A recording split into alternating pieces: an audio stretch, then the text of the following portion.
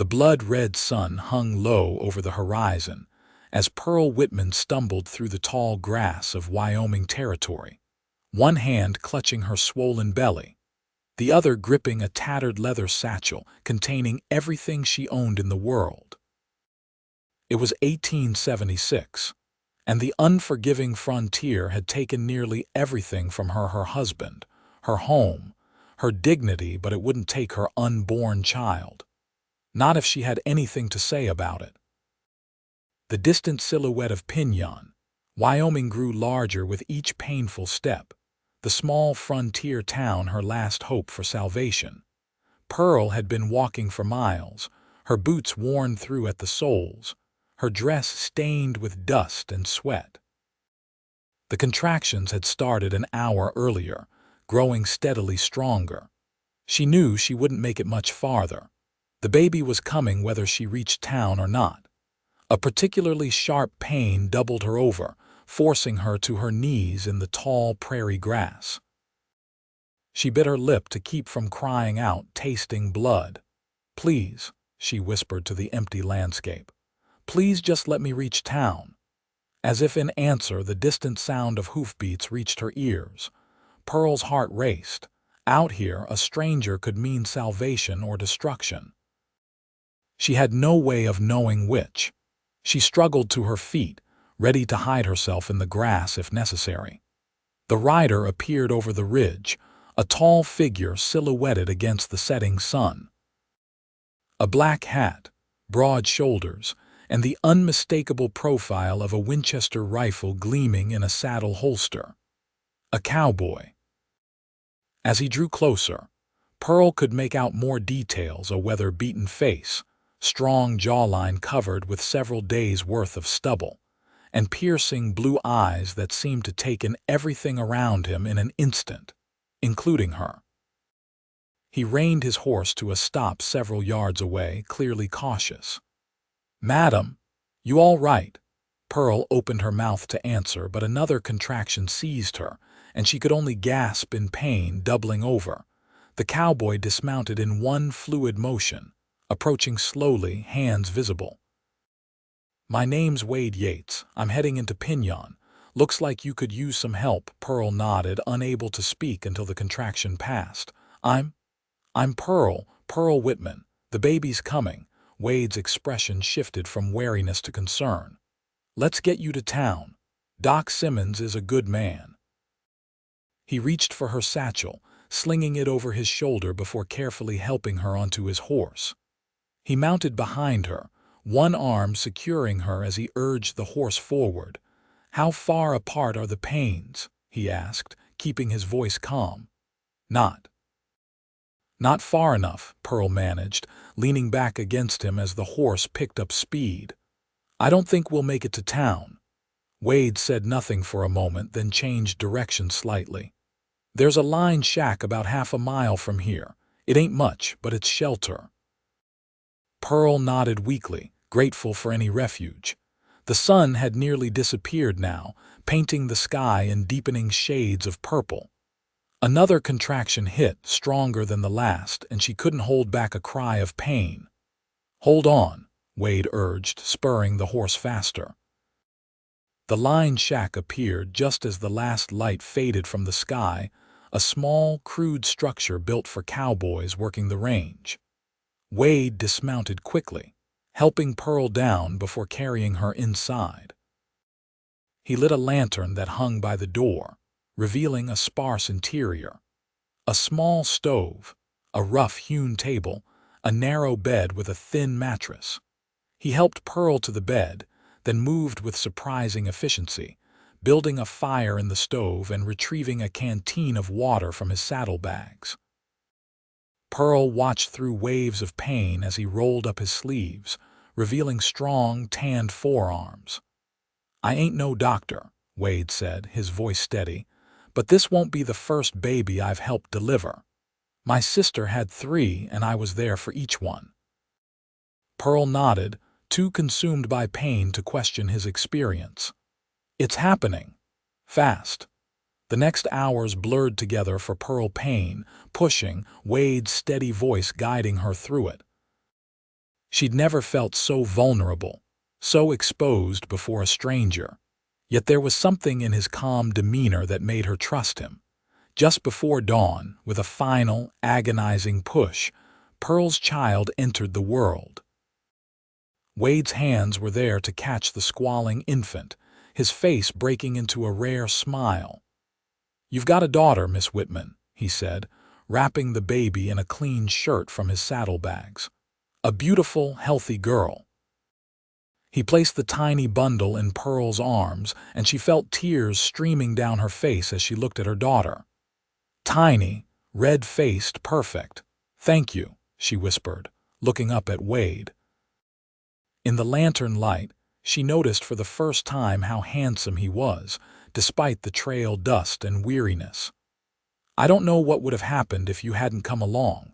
Wade shrugged, suddenly looking uncomfortable with the gratitude. "Just happened to be in the right place." He busied himself with cleaning up, giving Pearl a moment of privacy with her child. When the baby had fallen asleep at her breast, Pearl looked up to find Wade watching them, something unreadable in his expression. "What will you name her?" he asked quietly. The question hit Pearl like a physical blow. She hadn't allowed herself to think that far ahead, hadn't dared to hope she'd make it this far. The baby's father, her husband Timothy, had been killed in a mining accident 3 months earlier, leaving Pearl with nothing but debts and the unborn child. "My baby will have no name," she wept, the words spilling out through her tears. "I have nothing to give her, not a home, not a family name worth bearing." The admission felt like tearing open a wound. She'd been running from the truth for so long. Wade was silent for a long moment, his expression solemn. Then he moved closer, kneeling beside the bed to look at the sleeping infant. "The child will have mine," he said quietly, his voice rough but determined. "If you'll allow it." Pearl stared at him, shocked. You don't even know me." Wade met her gaze steadily. "I know enough. I know you walked miles while in labor rather than give up. I know you've got more courage than most men I've ridden with." He paused. "And I know what it's like to have nothing, to be no one." There was something in his voice, a truth that resonated with Pearl's own experience. Before she could respond, he continued, "I've got a small ranch outside of Pinyon. It ain't much, but it's mine, free and clear. There's a decent house, room for a family." He looked away, as if surprised by his own words.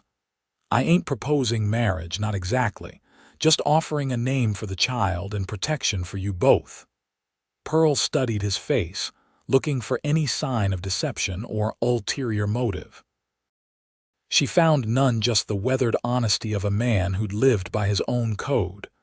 "Why would you do this?" she asked finally. Wade stood, moving back to the stove. "Maybe I'm tired of riding alone." He added more wood to the fire. "Rest now. When you're strong enough, we'll head to town, see the doctor. After that, you can decide."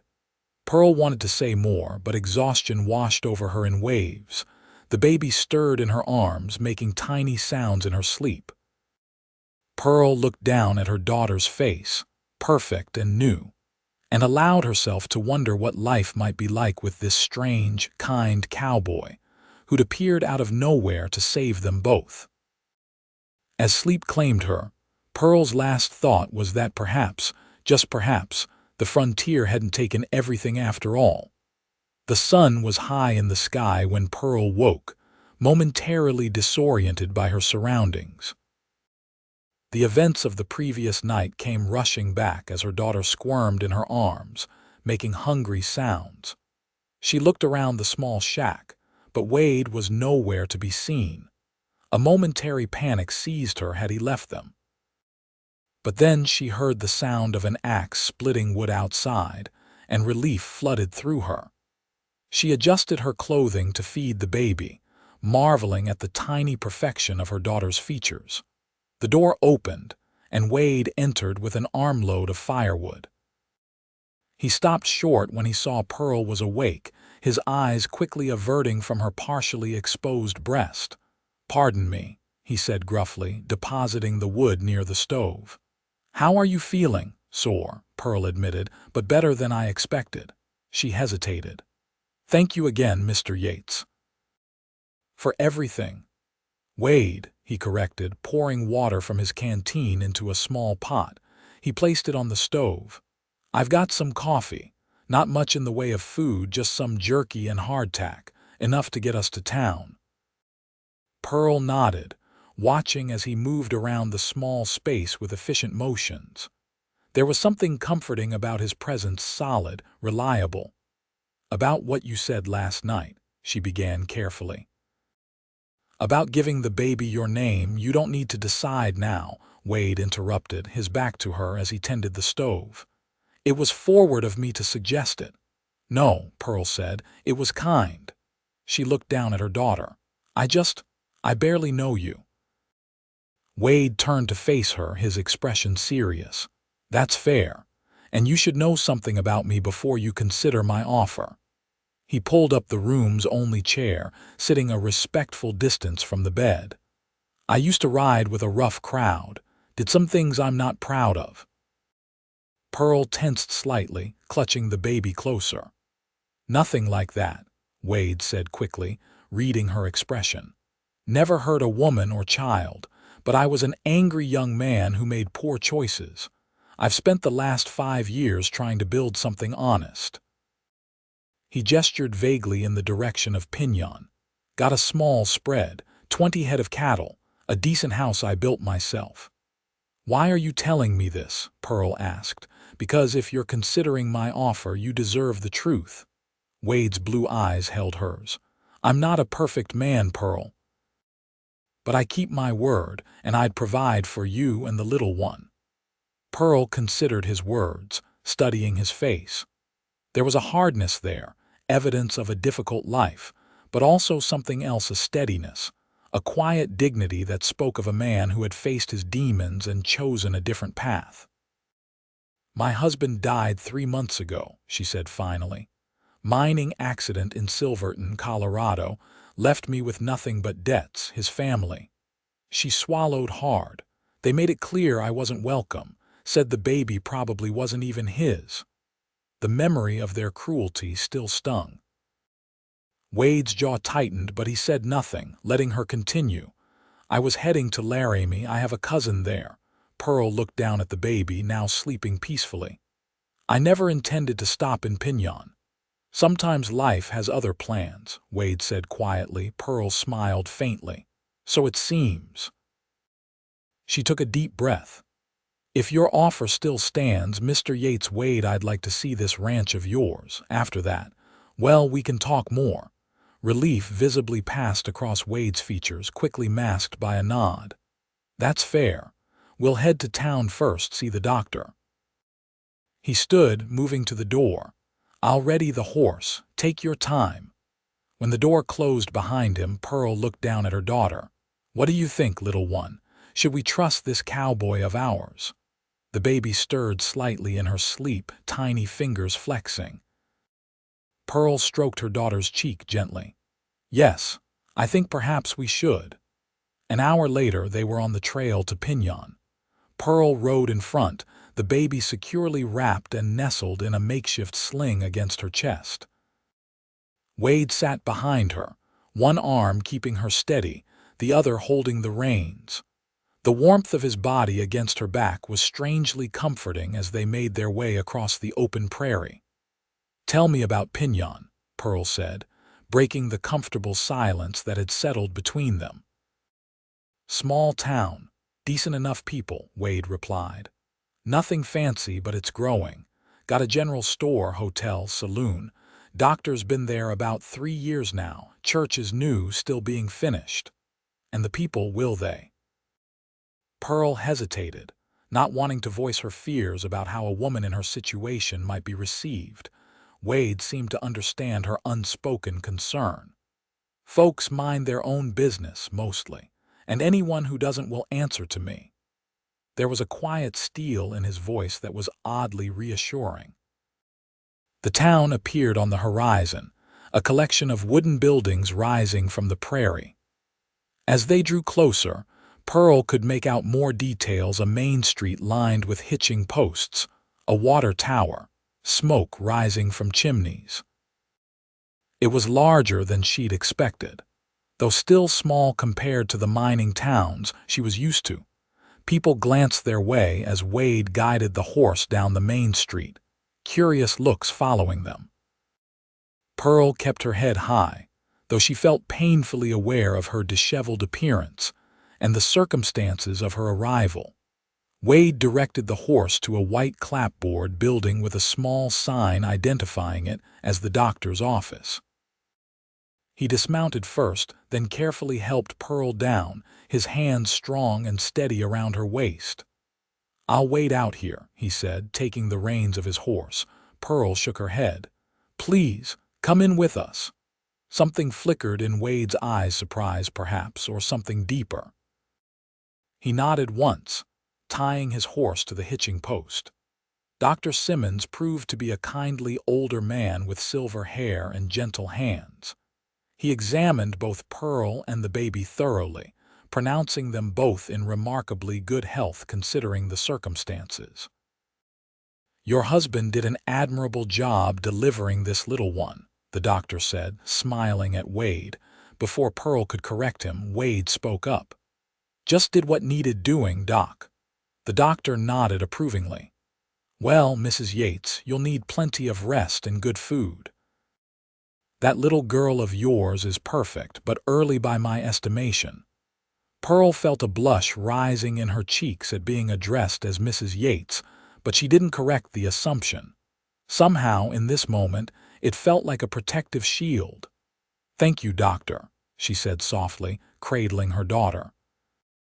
After paying the doctor, Wade led Pearl to the general store, where he purchased supplies, proper baby clothes, food, and other necessities. The storekeeper's wife cooed over the baby, asking questions that Pearl deflected with vague responses. Again, Wade let the assumption that they were married stand, even introducing Pearl to the woman as "my wife" with a naturalness that was surprising. "One more stop," Wade said as they left the store, their purchases loaded in a sack on his saddle. "The hotel. You need a proper rest before we head to the ranch." Pearl started to protest that she was fine, but the truth was, she was exhausted. She nodded gratefully. The Pinyon Hotel was a 2-story building with a wide porch and clean windows. Inside, Wade approached the front desk, speaking in a low voice to the clerk. Money changed hands and the clerk handed over a key. "Room at the top of the stairs," Wade said, guiding Pearl with a light touch at her elbow. "I'll bring up your things." The room was simple but clean: a bed with fresh linens, a washstand, a small table with a pitcher of water and a basin. Pearl sank onto the edge of the bed, relief washing over her at the comfort it promised. Wade appeared in the doorway with her satchel and the supplies from the store. He set them down carefully, then stood awkwardly, hat in his hands. "I've taken a room down the hall," he said. "Thought you'd want your privacy." Pearl looked up at him, suddenly unsure. The events of the past 24 hours seemed dreamlike now, surrounded by the mundane reality of the hotel room. This man was still largely a stranger to her, yet he had shown her nothing but kindness and respect. "The doctor called me Mrs. Yates," she said, her voice barely above a whisper. "And at the store you introduced me as your wife." Wade's expression remained steady. "Seemed simpler than explanations, less questions for you to deal with." He shifted his weight slightly. "I apologize if I overstepped." Pearl shook her head. "No, I'm grateful for all of it." She looked down at her daughter, sleeping peacefully in her arms. "I still don't understand why you're doing this." Wade was silent for a long moment, his blue eyes thoughtful. 5 years ago, I was riding with a gang headed nowhere good. Got shot during a job gone wrong. A widow woman found me, nursed me back to health. Could have turned me in, but she didn't. Said everyone deserves a second chance." His voice grew rough with emotion. "Changed the course of my life. And now you're offering us a second chance, Pearl said softly. Wade nodded, a faint smile touching his lips. Something like that. He placed his hat back on his head. Get some rest. I'll check on you later. After he left, Pearl lay back on the bed, her daughter beside her. She stared at the ceiling, thoughts swirling. Wade Yates was an enigma, a man with a past he didn't hide, offering a future she hadn't dared to hope for. It seemed too good to be true, and yet there was an honesty about him that Pearl couldn't dismiss. In her 23 years, she'd learned to read people, to sense deception. Wade might be many things, but a liar didn't seem to be one of them. She turned her head to look at her sleeping daughter. What do you think, little one? Is this the second chance we've been hoping for? The baby made a small sound in her sleep, her tiny fingers curling. Pearl smiled, feeling a tentative hope blooming in her heart. Tomorrow they would see Wade's ranch. After that, they would see what this new chapter might hold. For the first time in months, Pearl fell asleep without fear shadowing her dreams. The next morning dawned clear and bright, sunlight streaming through the hotel room's curtains. Pearl woke to her daughter's hungry cries, the reality of motherhood already settling into a rhythm. As she fed the baby, she heard a soft knock at the door. Just a moment, she called, quickly adjusting her clothing. Wade stood in the hallway, hat in hand, freshly shaved and wearing a clean shirt. He looked younger somehow, his blue eyes bright in the morning light. "Morning," he said. "Brought you some breakfast." He held up a tray with coffee, eggs, and toast. "That's very kind, thank you." Pearl stepped back to let him enter, suddenly conscious of her rumpled appearance. She'd slept in her clothes, having nothing else to change into. Wade set the tray on the small table, then stood awkwardly, as if unsure of his welcome. "How's the little one this morning?" "Hungry," Pearl smiled, glancing down at the now contented baby in her arms. "But well, I think." Wade nodded, his eyes lingering on the child. "Thought we might head to the ranch after you've eaten. Unless you'd rather stay in town another day." Pearl considered the offer. Part of her wanted to delay, to have more time to think about the decision facing her. But another part, the practical part that had kept her going these past difficult months, knew that she couldn't afford to idle in a hotel, even with Wade paying the bill. "I'd like to see the ranch," she said decisively. "If your offer still stands." Relief flickered across Wade's features. "It does." He moved toward the door. "I'll ready the wagon. Take your time with breakfast." After he left, Pearl ate quickly, hunger overriding any lingering hesitation. She used the water in the basin to wash her face and hands, then did her best to smooth her hair and clothing. From her satchel, she retrieved a small hand mirror, one of the few mementos she'd kept from her former life. The face that looked back at her was thinner than she remembered, with shadows under the eyes, but there was a new determination there too. "We're going to be all right," she whispered to her reflection, willing herself to believe it. Downstairs, Wade waited with a wagon hitched to 2 sturdy horses. He transferred her satchel and the supplies from the general store to the wagon bed, which also contained several sacks of provisions and a small wooden crate. "Thought the wagon would be more comfortable than riding double," he explained, helping Pearl up to the seat. He handed her the baby, then climbed up beside her. As they left Pinyon behind, heading west across the open prairie, Pearl felt a curious mixture of apprehension and hope. The landscape stretched out before them, vast and beautiful in the morning light, rolling grasslands dotted with wildflowers, distant mountains blue on the horizon. "It's about an hour's ride," Wade said, handling the reins with practiced ease. "Not too far from town, but far enough for privacy." Pearl nodded, wondering what kind of home this solitary cowboy had built for himself. "Have you lived here long?" 4 years, Wade replied. "Worked cattle drives before that, saved every penny, Bought the land when no one else wanted it.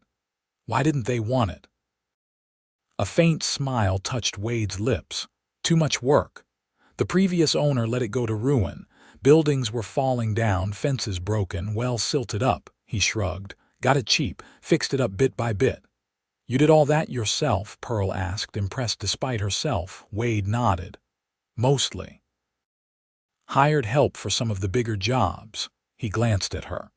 It ain't fancy, but it's solid. They fell into a comfortable silence as the wagon rolled across the prairie. The baby slept in Pearl's arms, lulled by the gentle motion. After about an hour, as Wade had predicted, he pointed to a distant cluster of buildings nestled in a small valley. There it is, the Flying Y. As they drew closer, Pearl could make out more details: a modest but well-built house with a covered porch, a large barn, several outbuildings and corrals holding horses and cattle. A stream ran through the property, lined with cottonwood trees that provided welcome shade. Fields of grass stretched in all directions, enclosed by sturdy fencing. Wade guided the wagon into the yard, bringing it to a stop before the house. Home, he said simply. Jumping down from the seat, he helped Pearl down, then took her satchel and led the way to the house. The porch was wide and welcoming, with a bench swing at one end and several chairs. Wade opened the front door, stepping back to let Pearl enter first. The interior was unexpectedly pleasant, simple but comfortable, with solid furniture and clean surfaces. A main room served as both sitting area and dining space, with a large stone fireplace along one wall. A hallway led to what Pearl assumed were bedrooms, and a door opened to a kitchen at the rear of the house. Like I said, nothing fancy, Wade said, setting down her satchel. There was a note of uncertainty in his voice, as if he suddenly worried his home might not meet her approval. Pearl turned in a slow circle, taking it all in. After months of uncertainty, the solid walls of this house felt like a sanctuary. It's lovely, she said honestly. Truly. Relief crossed Wade's features. There's 2 bedrooms. Mine's at the end of the hall. Other one's smaller, but it gets good light. He hesitated. Thought it might work for you and the little one. Pearl followed as he led her down the short hallway. The second bedroom was indeed smaller than the main one she glimpsed through an open door, but it was clean and bright, with a bed, a small dresser, and a rocking chair by the window. The chair was my mother's, Wade explained, seeing her look at it. Only thing I have of hers. The personal detail touched Pearl. It's perfect for rocking the baby, she said softly. Wade nodded, a fleeting sadness in his eyes. That's what I thought. He cleared his throat. I'll bring in your things, let you get settled. There's a pump in the kitchen for water, and I keep a fire going in the stove most days. After he left, Pearl sat in the rocking chair, cradling her daughter as she looked out the window. The view was of the yard and barn, with the rolling prairie beyond. It was peaceful, beautiful in its simplicity. For the first time since Timothy's death, Pearl felt safe. The feeling was so unexpected, so overwhelming that tears sprang to her eyes. She blinked them away quickly as Wade returned with her satchel and the supplies from town. I'll leave you to rest, he said, setting everything down. I've got some work to do in the barn. Just call if you need anything.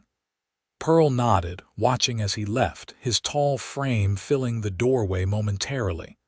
When he was gone, she turned back to the window, rocking gently. What do you think, little one? She whispered to her daughter. Could this be home? The baby made a small sound, her tiny hand gripping Pearl's finger. It wasn't an answer, not really, but it felt like one nonetheless. The next few days fell into a surprisingly comfortable routine. Pearl recovered her strength, adjusting to motherhood with a determination that sometimes surprised even her. Wade kept a respectful distance, always polite, never presuming, yet he was a constant, steadying presence. He showed her the ranch, the barn with its hayloft and stalls for horses, the chicken coop where a dozen hens provided fresh eggs, the vegetable garden that needed tending. Pearl found herself genuinely interested in it all, asking questions about the cattle operation and the seasonal rhythms of ranch life. On the third evening, as they sat on the porch after supper, the baby asleep inside, Pearl finally broached the subject that had been hovering between them. "I've been thinking about your offer," she said quietly, "about giving the baby your name." Wade turned to look at her, his expression carefully neutral. In the fading light, his features were softer somehow, less weathered. "And," he prompted when she didn't continue. Pearl took a deep breath. "I'm grateful for it, more than I can say, but I need to understand what it means." She met his gaze directly. "Are you offering marriage, Wade, or something else?" Wade was silent for a long moment, considering her question. "I'm offering what you need," he said finally. "Protection. A home. My name if you want it." He looked away across the darkening land. "I know it ain't romantic, but it could be a good life for you and the little one." "And for you?" Pearl asked softly. "What would you get from this arrangement?" A faint smile touched his lips. "Company, someone to come home to." He hesitated. "A family, maybe, in time." The honesty of his answer moved Pearl. There was no pretense in it, no false promises or grand declarations, just the simple truth of a man who had lived too long alone. "I don't know if I can be a proper wife," she admitted, her cheeks warming. "Timothy and it wasn't always easy between us." Wade's expression remained steady. "I ain't asking for anything you're not ready to give, Pearl. We could start as friends, partners in running this place." He gestured to the ranch around them. "The rest, well, that would be up to you." The offer was more generous than Pearl had expected and more tempting. A partnership, a fresh start with no immediate expectations beyond what she was comfortable with. It was more than she had dared to hope for. "And the baby," she asked. "Would be a Yates," Wade said firmly. "Raised as my own, with all that implies." Pearl nodded slowly, her decision crystallizing. "Then yes," she said, her voice gaining strength. "Yes, I accept your offer, Wade, for myself and for my daughter." Relief and something that might have been joy passed across Wade's features. "You're sure?" "I am." Pearl smiled, feeling a weight lift from her shoulders. "Though I must warn you, I know very little about ranching." Wade's answering smile transformed his face, making him look younger, almost boyish. "You'll learn. We both will." He stood, holding out his hand to her in a formal gesture. "Partners, then?" Pearl took his hand, feeling the strength and calluses that spoke of a life of hard work. Partners. 3 days later they were married by the preacher in Pinon, a simple ceremony with only the doctor and the general store owner and his wife as witnesses. Pearl wore a new dress Wade had insisted on buying her, a modest blue gown that complemented her dark hair and fair complexion.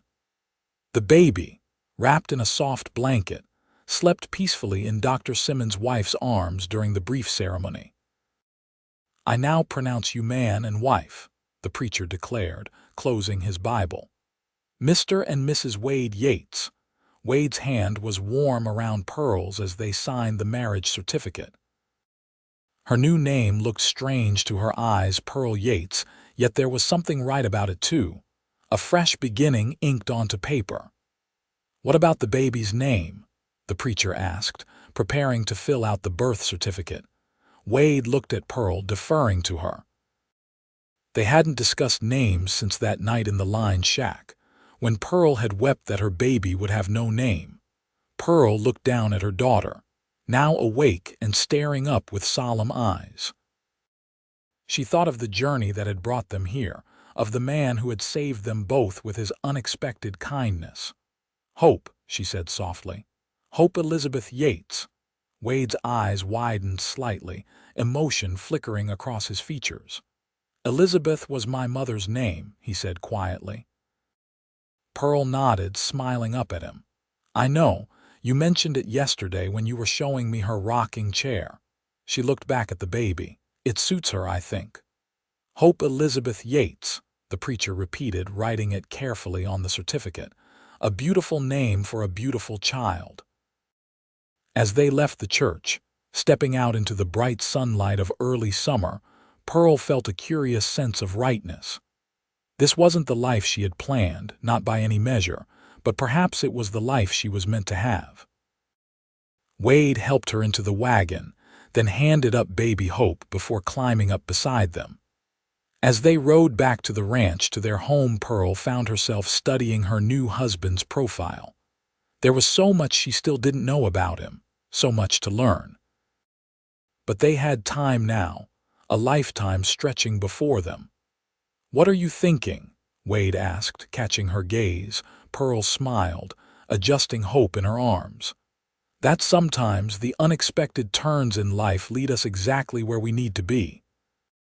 Wade's answering smile was warm, reaching his eyes in a way that made something flutter in Pearl's chest.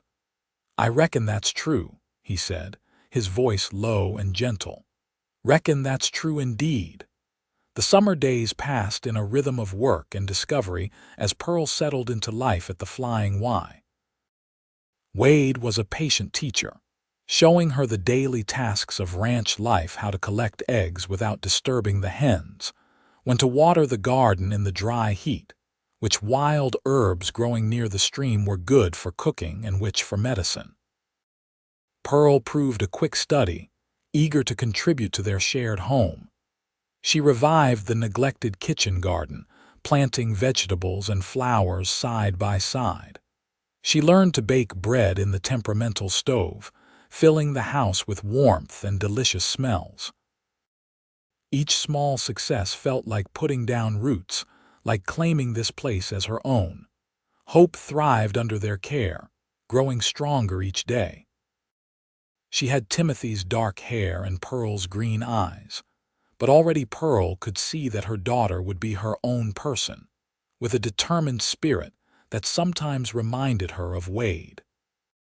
Wade doted on the baby, spending evenings holding her on the porch swing, telling her stories about the cattle and horses in a soft voice Pearl had never heard him use with anyone else. Though Hope wasn't his by blood, he treated her as his own in every way that mattered. As husband and wife, they maintained a careful distance. Wade kept to his promise, never pressuring Pearl for more than she was ready to give. They shared meals, conversation, the daily work of the ranch, but at night they retired to separate bedrooms. Sometimes, Pearl found herself watching Wade as he worked the strength in his shoulders as he mended fences, the gentleness in his hands as he tended a newborn calf. She wondered what it would be like to be held by those hands, to be the focus of that quiet intensity. The thought both thrilled and frightened her. Their first real test as partners came in late July, when a summer storm blew in suddenly from the mountains. The sky darkened to an ominous green-black, and the wind rose to a howl, bending the cottonwoods along the stream. "It's going to be a bad one," Wade said, coming in from checking the animals. "Cattle are restless." Pearl had grown up in mining towns where buildings were sturdy and close together. Out here on the open prairie, the approaching storm seemed monstrous, unlimited in its power. "What do we do?" she asked, holding Hope close. "Secure everything we can," Wade said, already moving back toward the door. "I need to get the horses into the barn." Pearl nodded, forcing down her fear. "I'll help." Despite Wade's protest, Pearl bundled Hope securely and followed him outside. Together, they worked quickly to bring in the horses, secure loose items around the yard, and shut all the windows and doors of the outbuildings. The rain started just as they finished, fat, heavy drops that quickly became a deluge. They ran for the house, Wade carrying Hope while Pearl gathered her skirts, both of them soaked by the time they reached the porch. Inside, Pearl took Hope, who was remarkably calm despite the commotion, while Wade built up the fire against the sudden chill. They changed into dry clothes, then sat together before the fireplace, listening to the storm rage outside. "Will the animals be all right?" Pearl asked, worried about the cattle out in the pastures. "They know how to find shelter," Wade assured her. "Cattle have more sense than people give them credit for." The storm intensified, wind howling around the eaves of the house. A particularly loud crack of thunder made Pearl jump, and Hope began to cry. "It's all right, little one," Pearl soothed, rocking her daughter. But her own heart was racing, memories of a devastating flood in her childhood mining town surfacing unbidden. Wade seemed to sense her fear. "The house is solid," he said, his voice steady and reassuring. "Built it to withstand worse than this." As if to contradict him, there was a tremendous crash from outside, followed by the sound of splintering wood. Wade was on his feet instantly, moving to the window. "Damn," he muttered, peering out into the storm. "Wind took down part of the barn roof. Can we fix it?" Pearl asked, rising to join him. Wade nodded grimly. "Have to. Horses are in there and all our hay." He turned to her, his expression serious. "I need to go secure what I can before we lose more." Pearl's fear spiked. "In this storm, it's too dangerous." "If that roof goes completely, we lose too much," Wade said, already pulling on his oilskin coat. "I won't be long." Before Pearl could protest further, he was gone, the door slamming shut behind him. She moved to the window, straining to see through the sheets of rain. The barn was barely visible, just a dark shape in the downpour. Minutes stretched like hours as Pearl paced the floor, Hope fussing in her arms. What if something happened to Wade? How would she manage alone? The questions circled in her mind, bringing with them the realization of how quickly he had become essential to her life. Finally, after what seemed an eternity, the door burst open and Wade stumbled in, dripping wet and breathing hard. "Wade!" Pearl hurried to him, relief making her voice shake. "Are you all right?" he nodded, shrugging off his soaked coat. "Got the worst of it secured. We'll need to rebuild part of the roof, but it'll hold for now." He ran a hand through his wet hair, sending droplets flying. "Horses are safe." Without thinking, Pearl reached out, touching his cheek with her free hand. "You're freezing." Wade went very still at her touch, his blue eyes darkening. For a breathless moment, something electric passed between them, a current of awareness that had been building slowly over the weeks of their partnership. Then Hope gave a loud wail, breaking the spell. Pearl stepped back, suddenly flustered. "You should change. I'll make coffee."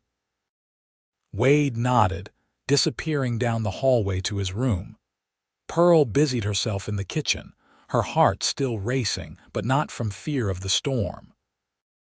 That night, after Hope was finally asleep and the worst of the storm had passed, Pearl and Wade sat before the dying fire, mugs of coffee laced with whiskey in their hands. "Thank you," Pearl said quietly, "for making sure we were safe." Wade looked at her, the firelight casting shadows across his face. "This is my home," he said simply.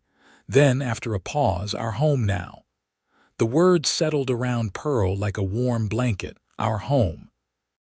She thought of how quickly this place had come to feel like home, how much of that was due to the man sitting beside her. "I've been thinking," she said, gathering her courage. "About us, about our arrangement." Wade went still, waiting for her to continue. Pearl took a deep breath. "When we agreed to this partnership, you said the rest would be up to me."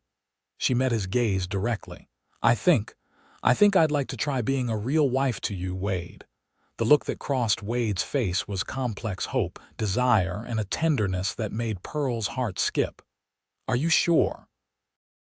he asked, his voice rough.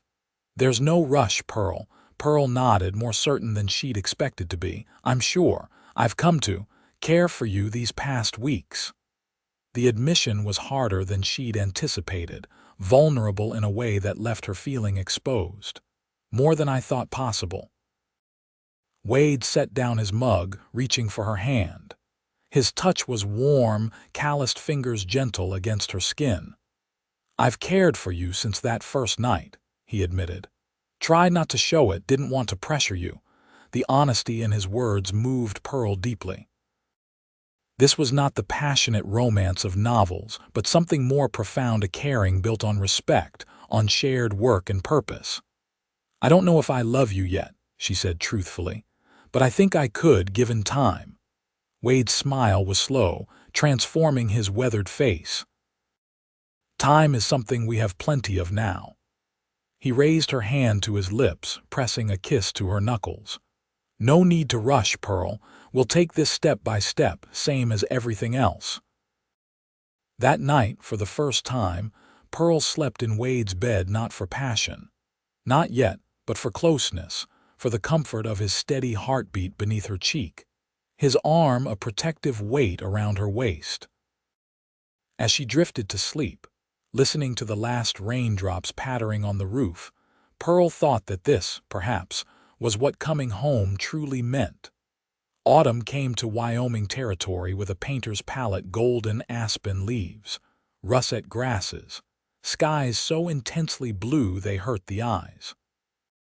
The flying Y transformed with the season, fields harvested, cattle brought down from summer pastures, the barn filled with hay for the winter ahead. Pearl watched the changes with wonder, having never experienced the turn of seasons on the open range. Each day brought new beauty, new challenges, new discoveries about the land and about the man she had married. Their relationship had deepened over the late summer months, physical intimacy following naturally from the emotional connection they'd built. Pearl found in Wade a considerate lover, patient and attuned to her needs. Their nights together became a cherished time of discovery and growing passion. By day, they worked side by side, preparing the ranch for winter. Wade taught Pearl to ride properly, not side saddle as she'd been taught as a girl, but astride, the way ranch women rode when work needed doing. She took to it eagerly, relishing the freedom of galloping across open meadows, Hope secured in a special carrier Wade had designed. Hope grew rapidly, losing her newborn fragility for chubby cheeks and a ready smile. At 4 months old, she was already showing a strong personality, determined, observant, quick to laugh. She had everyone wrapped around her tiny finger, especially Wade, who spent hours entertaining her with songs and stories. It was during one of these moments, Wade sitting in the rocking chair, singing softly to Hope while Pearl prepared dinner, that Pearl realized she had fallen in love with her husband. The realization came without fanfare, a simple truth settling into place like the final piece of a puzzle. She loved his steady strength, his quiet integrity, the gentleness he showed their daughter. She loved the life they were building together, day by ordinary day. And she loved the man himself, the complex, honorable heart beneath the cowboy exterior. That night, after Hope was asleep, Pearl told him, the words spilling out in the darkness of their bedroom. "I love you, Wade," she whispered, her head resting on his chest. "I think maybe I have for a while now." Wade's arms tightened around her, his breath catching. For a long moment, he was silent, and Pearl wondered if she'd spoken too soon. Then he shifted, tilting her face up to his. "I've loved you since the moment you held our daughter and called her Hope," he said, his voice rough with emotion. "Never thought I'd be lucky enough to hear you say the same." The kiss they shared was tender at first, then deepening with the knowledge that this was not just passion, but love freely given and returned. Whatever arrangement had begun their marriage, it had transformed into something true and precious. The first snow fell in early November, transforming the ranch into a wonderland of white. Pearl stood at the window, holding Hope, watching the flakes drift down in peaceful silence. "It's beautiful," she breathed, captivated by the sight. Wade came to stand behind her, his arms encircling them both. "First snow is always special," he agreed. "Means we're in for a long winter, though." Pearl leaned back against him, savoring his warmth. "I'm looking forward to it," she admitted. "Our first winter together as a family." The words brought a smile to Wade's face. Family. It was a word that had once held little meaning for him, a distant concept from his troubled past. Now it was the center of his world. "I've been thinking," he said, resting his chin on Pearl's shoulder to better see Hope's face. "Might be nice to have the house full of children someday, brothers and sisters for Hope." The idea sent a warm glow through Pearl. "I'd like that," she said softly. "Very much." Wade's arms tightened around her. "Good," he murmured, pressing a kiss to her temple. "Because I think we might already be working on that." Pearl turned in his arms, surprise and joy mingling in her expression. "You think so?" Wade nodded, his eyes crinkling at the corners. "You've been tired lately, and queasy in the mornings."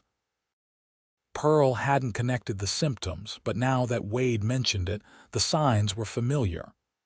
"A spring baby," she said wonderingly. "Hope will be a big sister."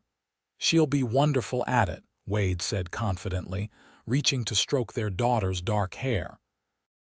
Hope gurgled happily, recognizing her father's touch. As they stood together, watching the snow transform their world, Pearl thought of how far they had come from that desperate night when Wade had found her on the prairie. From strangers to partners to lovers to family, each step a choice, a leap of faith that had brought them here to this moment of quiet joy. "What are you thinking?" Wade asked, seeing her faraway look. Pearl smiled, leaning into his embrace. "I'm thinking about names," she said. "For our next child," Wade raised an eyebrow. "Already. We don't even know if it's a boy or girl yet." "Either way," Pearl said, "the child will have your name, just like you promised that night." Wade's expression softened with memory. "Best promise I ever made," he said, his voice low and certain. "And one I intend to keep for all our children, for all our days together." As if in agreement, Hope reached out, her tiny hand finding Wade's larger one. They stood together as the snow continued to fall. A family forged not by blood but by choice, by love, by the promise of a future built together, day by ordinary day, on the Wyoming frontier. The winter of 1876-1877 proved to be one of the harshest in Wyoming Territory's memory. Snow piled high around the flying Y, transforming the landscape into endless white. The bitter cold found every crack in the house's construction, sending Wade up to the roof to repair shingles and seal gaps, despite Pearl's worries about the danger. Inside, they created a haven of warmth and comfort. The fireplace blazed day and night. Hope crawled on thick bearskin rugs Wade had traded for, and Pearl's cooking filled the house with mouth-watering aromas. In the evenings, they read aloud from the few books they possessed, played cards, or simply talked, learning each other's histories piece by piece. Pearl told Wade about her childhood in Colorado mining towns.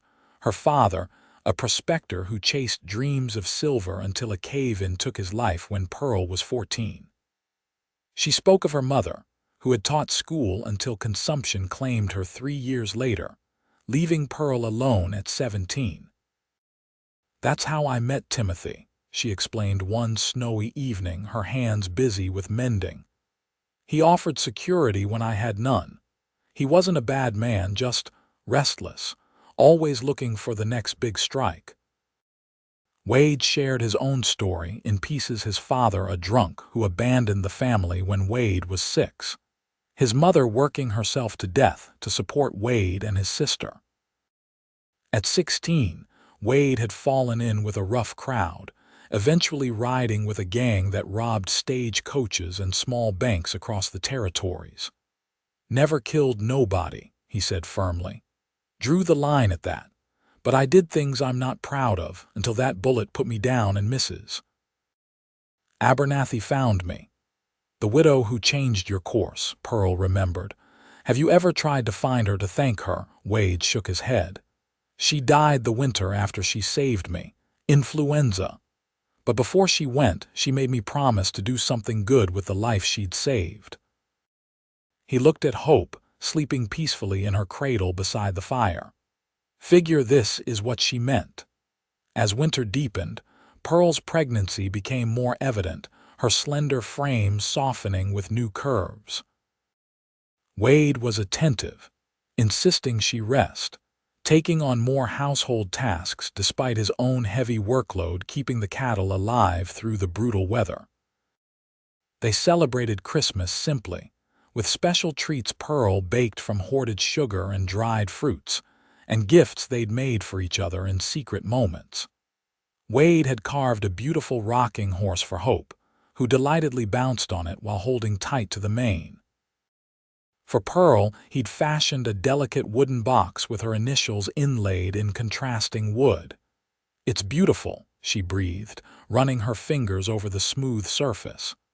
"Where did you learn such fine work?"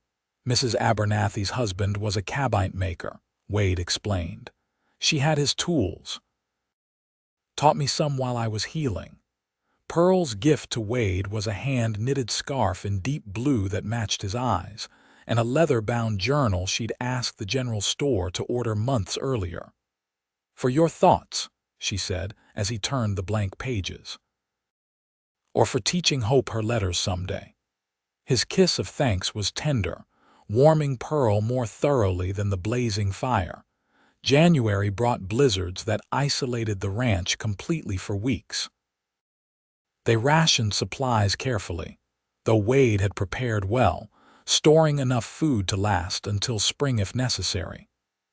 The baby grew steadily within Pearl, kicking strongly enough that Wade could feel it when he placed his hand on her belly. "Strong like its mother," he would say with pride, making Pearl blush. In February, during a brief break in the weather, Wade rode to town for supplies and mail. He returned with news that widened their isolated world talk of Indian troubles to the north, political changes in Washington, and most significantly for their small family, word that the railroad would reach Pinyon by summer's end. "Town's already growing," Wade reported as they unpacked the supplies he'd brought. "New buildings going up, more families arriving. Doc says they're even talking about building a proper school by next year." Pearl paused, a packet of coffee in her hands. "A school? That would be wonderful for Hope when she's older." A thought struck her, and for other children in the area. Wade caught her meaning immediately. "You thinking of teaching again? Like your mother?" Pearl hadn't considered it until that moment, but the idea took hold quickly. "Perhaps. Once the new baby is a bit older." She placed a hand on her swollen belly. "I did help in my mother's classroom. I know the basics." Wade nodded thoughtfully. "Wouldn't mind our children having their mother for a teacher, and it would be good for you to have something of your own beyond the ranch." His understanding touched Pearl deeply. Many husbands would balk at their wives working outside the home, but Wade seemed to genuinely want her happiness, her fulfillment. "We'll see," she said, not committing but allowing the possibility to take root. "Much depends on this little one's arrival first." That arrival came earlier than expected, on a clear, cold night in late March. Pearl woke Wade with a hand on his shoulder, her voice calm despite the pain creasing her forehead. "It's time," she said simply. "The baby's coming." Wade was instantly alert, moving with the same efficient calm he'd shown the night Hope was born. He built up the fire, heated water, and arranged their bedroom for the birth, all while Pearl paced slowly, breathing through the increasing contractions. "Should I ride for the doctor?" he asked, worry evident despite his outward composure. Pearl shook her head. "No time, and the trails are still bad." She managed a smile through her pain. "Besides, we did fine last time, didn't we?" the labor progressed quickly, far faster than Hope's birth had been. Pearl's body seemed to remember the process, moving through it with determined efficiency. Wade stayed by her side, supporting her through each contraction, wiping her brow, murmuring encouragement. As dawn broke over the snowy landscape, their son entered the world with a lusty cry that brought tears to Wade's eyes. "A boy," he said, his voice thick with emotion as he placed the swaddled infant in Pearl's arms. "We have a son." Pearl gazed down at the red-faced, squalling baby, overwhelming love filling her heart. He had a shock of dark hair like Hope, but his features were different, stronger jaw, wider brow. He looked, Pearl realized with surprise, remarkably like Wade. "He's perfect," she whispered, then looked up at her husband with a teasing smile. "And he clearly has your lungs." Wade laughed, sitting beside her on the bed, one arm around her shoulders. "What shall we name him? I've been thinking William, after my grandfather." Pearl nodded, studying the baby's face. "William Wade Yates. It's a strong name." She touched the baby's cheek gently. "What do you think, little William? Does that suit you?" The baby quieted at her touch, his eyes newborn blue but likely to darken, seeming to focus on her face. "I think he approves," Wade said, his voice still rough with emotion. He pressed a kiss to Pearl's temple. "Thank you." Pearl leaned into his embrace, contentment washing over her despite her exhaustion. "For what?" "For this," Wade said simply, gesturing to encompass their son, the home around them, the life they'd built together. "For everything." Outside, the first signs of spring were appearing: longer days, snow beginning to melt in sunny spots, birds returning with their morning songs. Inside the snug ranch house, the Yates family welcomed their newest member, another chapter beginning in a story that had started with a desperate woman on the prairie and a cowboy's unexpected promise. "The child will have my name." Now there were 2 children with the Yates name, and as Pearl drifted to sleep in Wade's arms, their newborn son between them, she thought that there might be no greater gift than the one Wade had given her that night: not just a name, but a future, a family, a home where love grew stronger with each passing season. The railroad's arrival in Pinyon in the autumn of 1877 marked the beginning of significant changes for both the town and the surrounding ranches. What had been a small frontier settlement quickly expanded, with new businesses opening, more families arriving from the east, and regular train service connecting them to larger cities like Cheyenne and Denver. For the Yates family, the railroad meant easier access to supplies, better prices for their cattle, and a wider community. Pearl, now mother to 6-month-old William and 18-month-old Hope, found herself gradually drawn into town life as the ranch allowed. Her opportunity to teach came sooner than expected, when the hastily established school lost its teacher to illness mid-term. The town committee, desperate for someone educated to take over, approached Pearl after church one Sunday. "Just until we can find a permanent teacher," the mayor's wife assured her. "Perhaps through Christmas." Pearl looked to Wade, who nodded his encouragement. "The children are old enough that I can manage them for a few hours each day," he said. "And we could use the extra money for improvements to the ranch." So began Pearl's career as Pinyon schoolteacher, 3 days a week while Wade cared for Hope and William at home. She discovered a natural talent for the work, enjoying the eager minds of her students, who ranged from 6 to 16 years of age.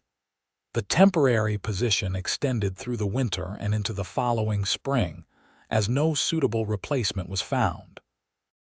Pearl found herself thriving in the role, coming home to the ranch each afternoon with stories of her students' progress and antics.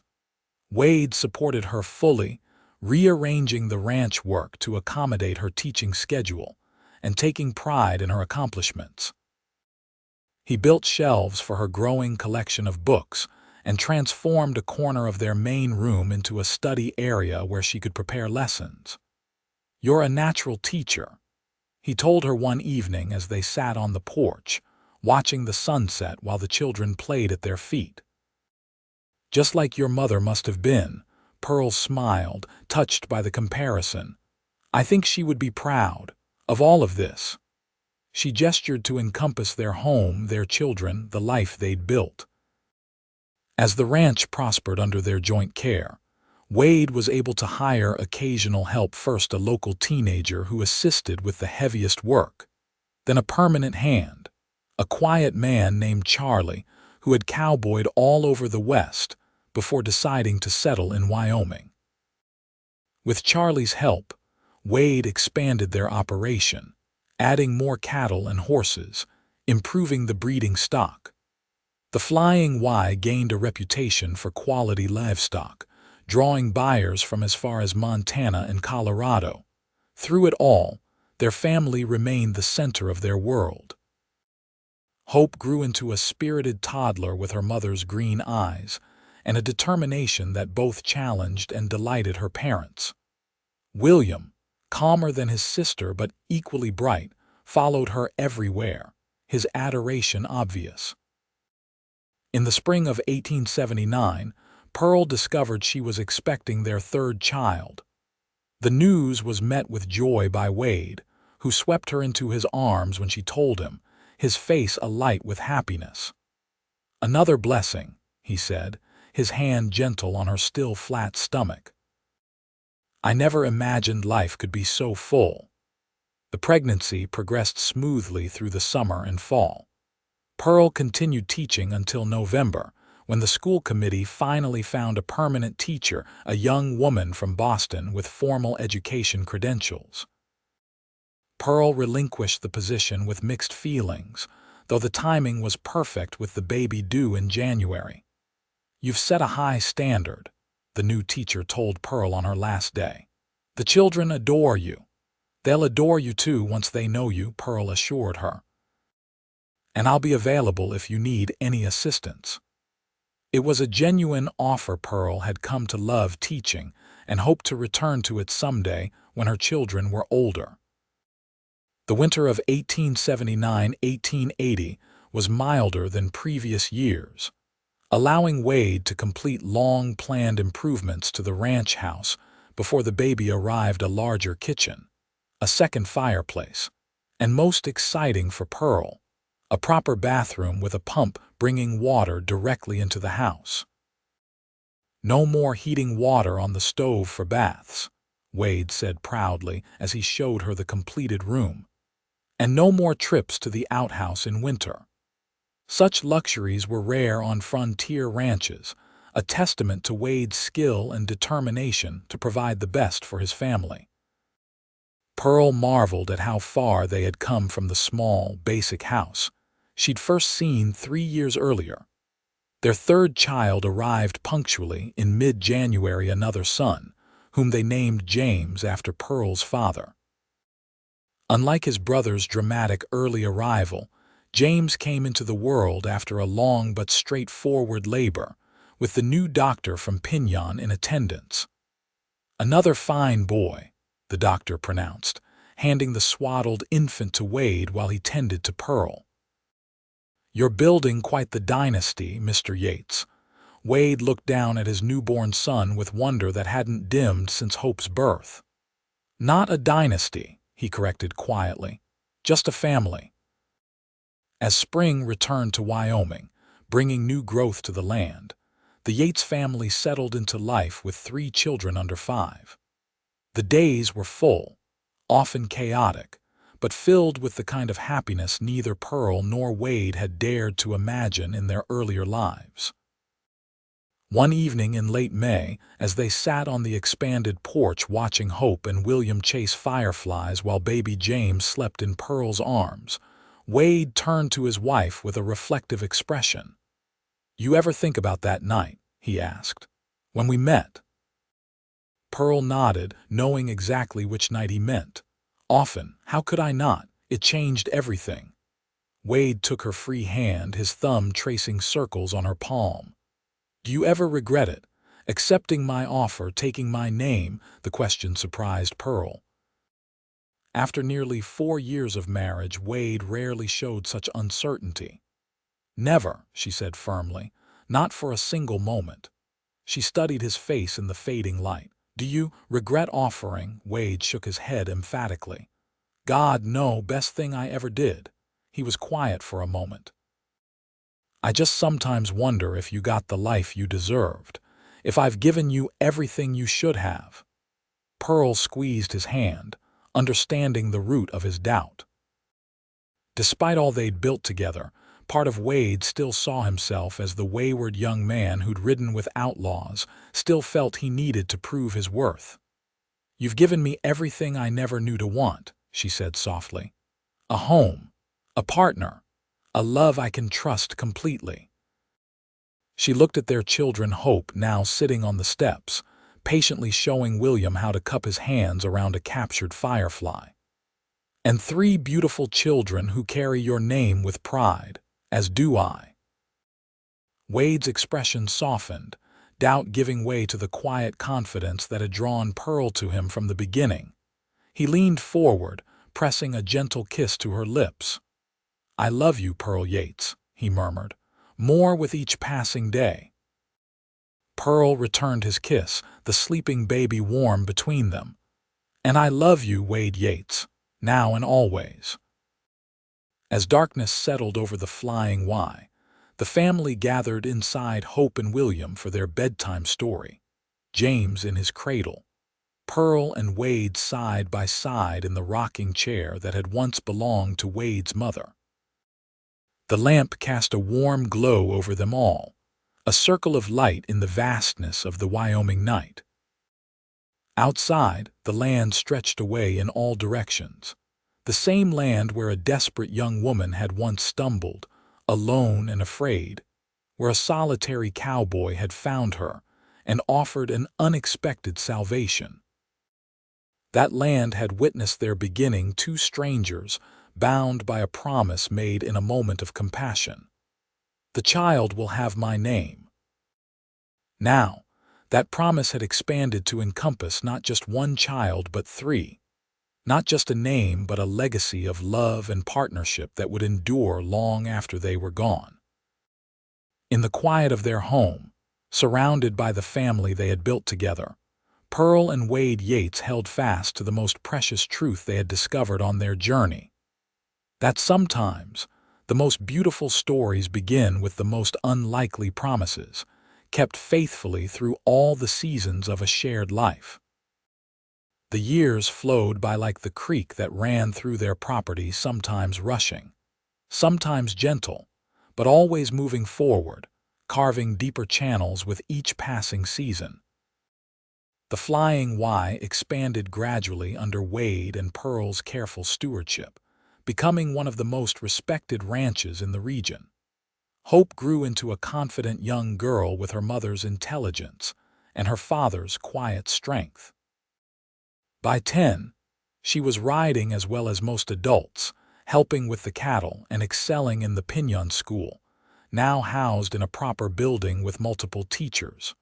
William, 2 years younger, developed a natural talent with horses that amazed even experienced ranchers.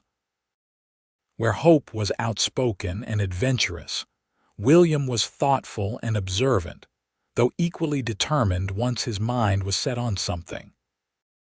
James, the quietest of the 3, revealed an artistic bent early on, spending hours drawing the landscape, the animals, and the people around him with remarkable skill for a child.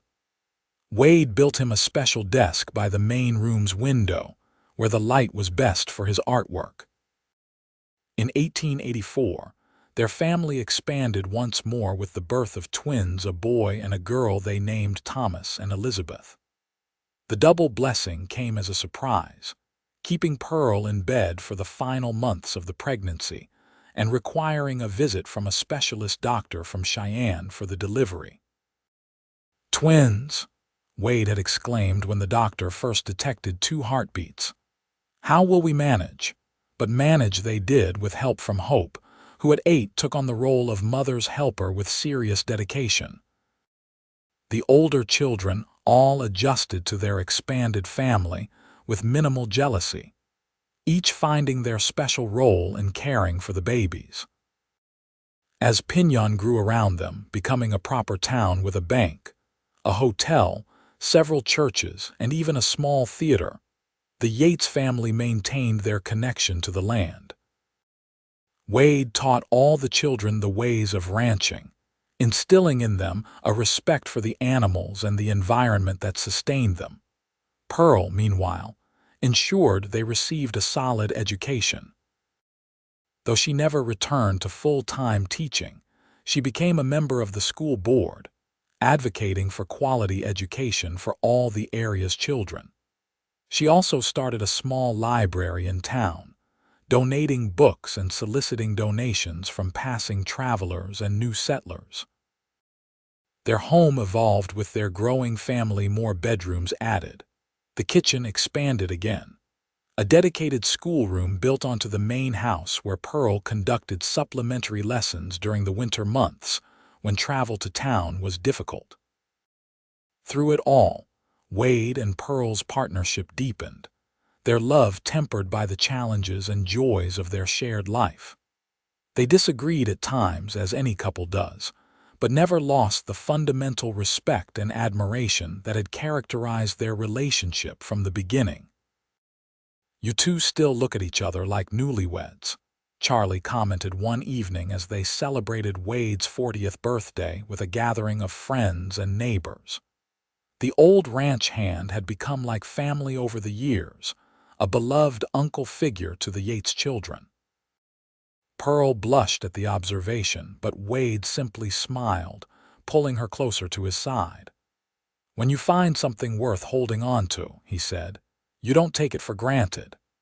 As the 1880s gave way to the 1890s, Wyoming achieved statehood, bringing new opportunities and challenges. The open range era was ending, with more land being fenced and claimed, but the Flying Y had been established early enough to secure prime water rights and sufficient acreage to remain viable. Hope, now approaching womanhood, began to attract attention from young men in the area. Wade watched with a mixture of pride and protective concern as his eldest daughter navigated these new waters. "You're going to have to let her make her own choices," Pearl reminded him gently after he'd been particularly gruff with a young cowboy who'd come calling. "Just as we did." Wade sighed, acknowledging the truth in her words. "I just want her to have what we have," he admitted. "Not settle for less. She won't," Pearl assured him. "She's seen what a good marriage looks like. She knows her worth." In the spring of 1893, tragedy struck the Yates family when William, now 16, was thrown from a horse he was training. The accident left him with a broken leg and internal injuries that kept him bedridden for months. The usually active boy chafed at the confinement, but Pearl used the opportunity to advance his education, reading to him from books on engineering and science that particularly interested him. "Maybe I could design better ranch equipment," he mused one afternoon, sketching ideas in a notebook while his leg healed. Ways to make the work easier, safer. Wade, who had blamed himself for the accident despite everyone's assurances that it wasn't his fault, seized on this new interest. "That's a fine idea, son. When you're healed, we could visit that mechanical exhibition in Denver I read about." The planned trip became a goal for William's recovery, motivating him through the painful rehabilitation. By autumn, he was walking with only a slight limp, and Wade made good on his promise, taking his son to Denver to see the latest innovations in agricultural equipment. They returned full of ideas, and the following spring, Wade helped William set up a small workshop where the boy could experiment with his designs. It was in this workshop that William developed his first significant invention, an improved gate latch that could be operated from horseback.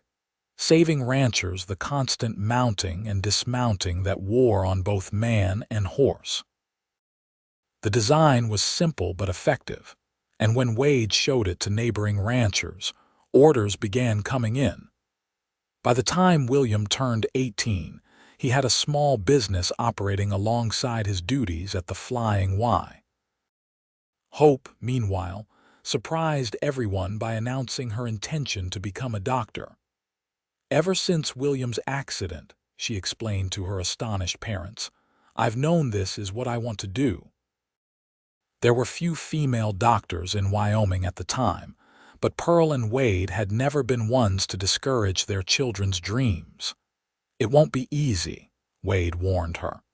"There'll be those who'll try to stand in your way just because you're a woman." Hope's green eyes flashed with the determination they'd seen since her infancy. "Then they'll learn I'm as stubborn as my father and as smart as my mother." Pearl hid a smile at this accurate self-assessment. "We'll find out what's required," she promised. "If this is truly what you want, we'll help you achieve it." The twins, Thomas and Elizabeth, now 10, were inseparable companions with complementary personalities. Thomas had Wade's practical nature and love of the outdoors, while Elizabeth inherited Pearl's love of books and teaching instinct. Already, she gathered the younger children from neighboring ranches for lessons on the Flying White's porch during summer months.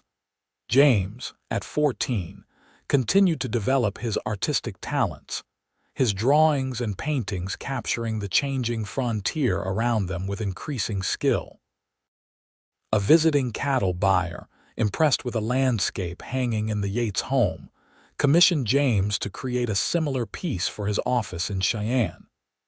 "You might have a real career ahead of you, son," Wade told him proudly when James received his first payment for his art. "Your mother and I will support whatever path you choose."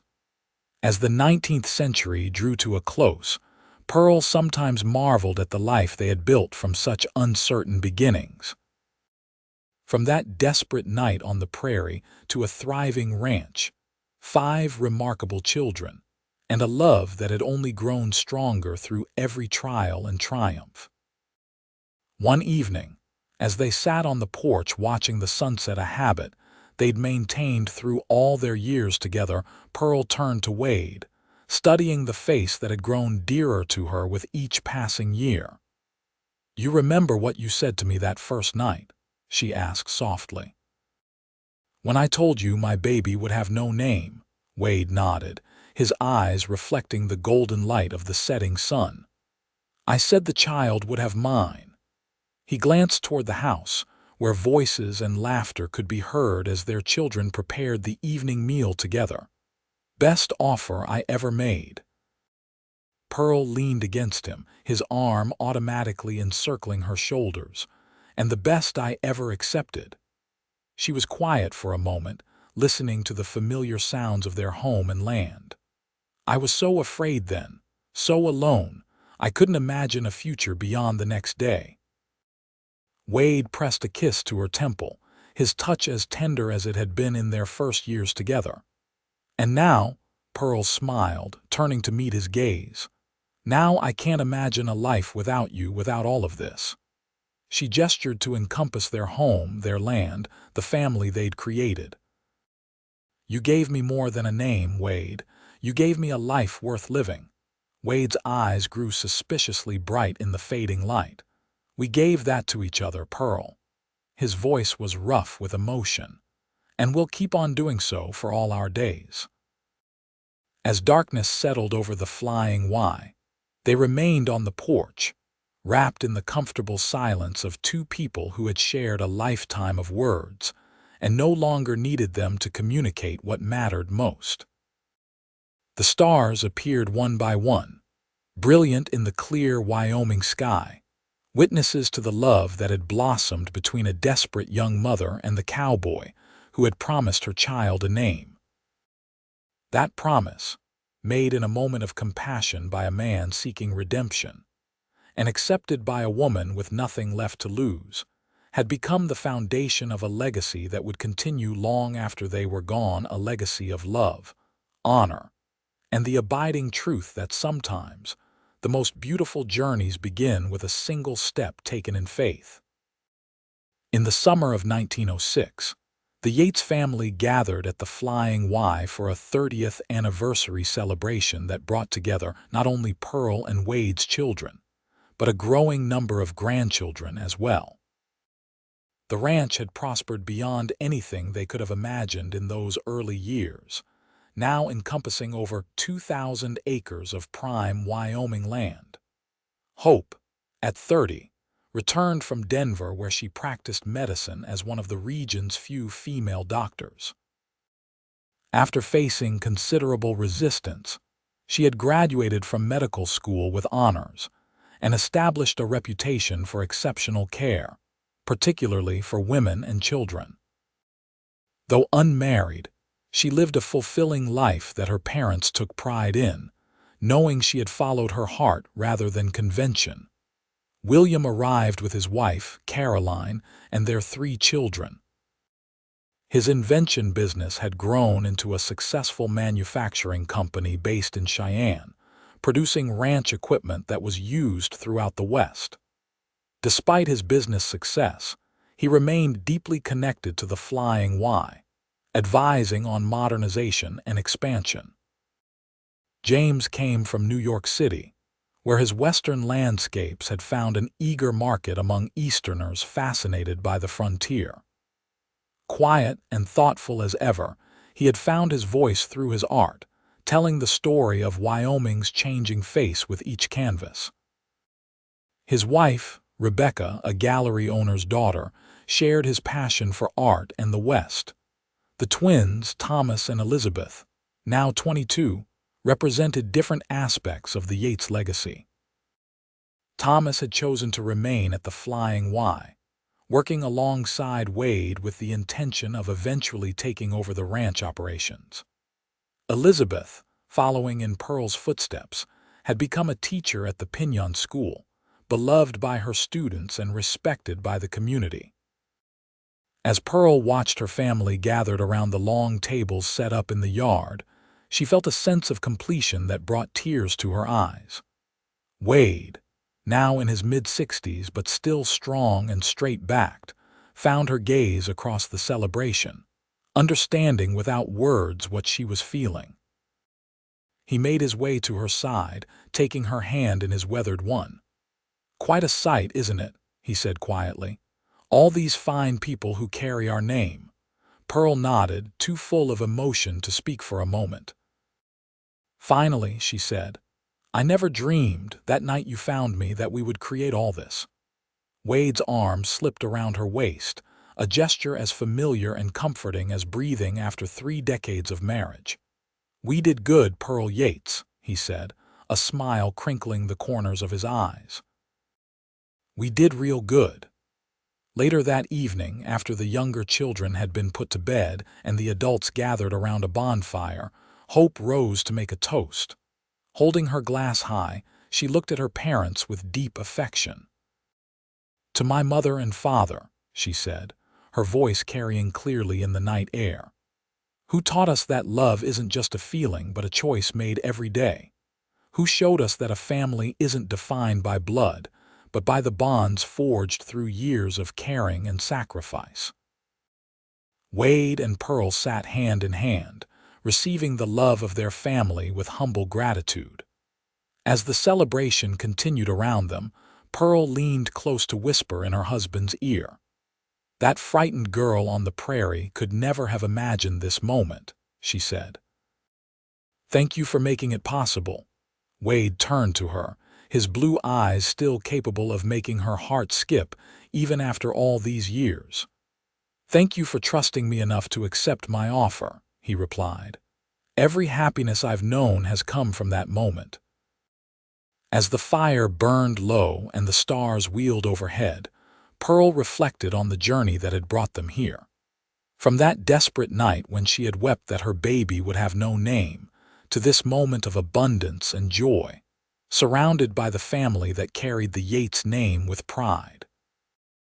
Wade had kept his promise not just to give her child a name, but to provide a home, a family, and a love that had weathered all of life's storms. Together, they had written a story more beautiful than either could have crafted alone. And as they sat beneath the Wyoming sky, in the home they had built with their own hands, Pearl knew that whatever the future held, their legacy would endure in their children, in their grandchildren, and in all those who would come after, carrying forward the name that had once been just a cowboy's promise to a woman in need. A promise kept through all the seasons of a life fully lived together.